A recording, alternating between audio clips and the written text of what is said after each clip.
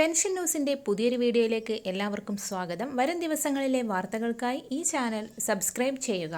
സംസ്ഥാനത്ത് 55 ലക്ഷത്തോളം വരുന്ന സാമൂഹിക സുരക്ഷാ പെൻഷൻ ഗുണഭോക്താക്കൾക്ക് പെൻഷൻ കുടിശ്ശികയായ 8,000 രൂപ കുടിശ്ശിക തീർത്ത് വിതരണം ചെയ്യുമെന്ന് കഴിഞ്ഞ ദിവസമായിരുന്നു മുഖ്യമന്ത്രി പ്രഖ്യാപിച്ചത്. ഇതിനുള്ള ഊർജിത ശ്രമം സംസ്ഥാന സർക്കാരിൻ്റെ ഭാഗത്തു നിന്നും ആരംഭിച്ചു കഴിഞ്ഞു. നിലവിൽ ആരംഭിച്ചിരിക്കുന്ന പെൻഷൻ തുകയുടെ വിതരണം അവസാനിച്ച ശേഷം വിവിധ ഘട്ടങ്ങളിലായി കുടിശ്ശിക തീർക്കാനാണ് സർക്കാരിൻ്റെ ശ്രമം. ഈ സാഹചര്യത്തിലാണ് കേരളത്തിന് കർഷക ഗുണഭോക്താക്കൾക്ക് വളരെ ആശ്വാസം പകരുന്ന ഒരു വാർത്ത കേന്ദ്ര ഗവൺമെന്റിന്റെ ഭാഗത്തു നിന്നും എത്തിയിരിക്കുന്നത്. 3ാം തവണയും അധികാരത്തിലെത്തിയ മോദി സർക്കാർ കർഷകർക്കും സ്ത്രീകൾക്കും കൂടുതൽ ആനുകൂല്യങ്ങൾ പ്രഖ്യാപിച്ചിരിക്കുകയാണ്. കൃത്യമായ ഇടവേളകളിൽ EKYC, ലാൻഡ് വെരിഫിക്കേഷൻ എന്നിവ പൂർത്തിയാക്കിയ കർഷക ഗുണഭോക്താക്കളുടെ ബാങ്ക് അക്കൗണ്ടുകളിലേക്ക് 4 ഗഡുക്കളായി 2,000 രൂപ വീതം വർഷത്തിൽ 8,000 രൂപ വരെ ഇനി മുതൽ എത്തിച്ചേരുമെന്ന പ്രഖ്യാപനമാണ് കേന്ദ്രത്തിന്റെ ഭാഗത്തു നിന്നും ഇപ്പോൾ പുറത്തു വന്നിരിക്കുന്നത്.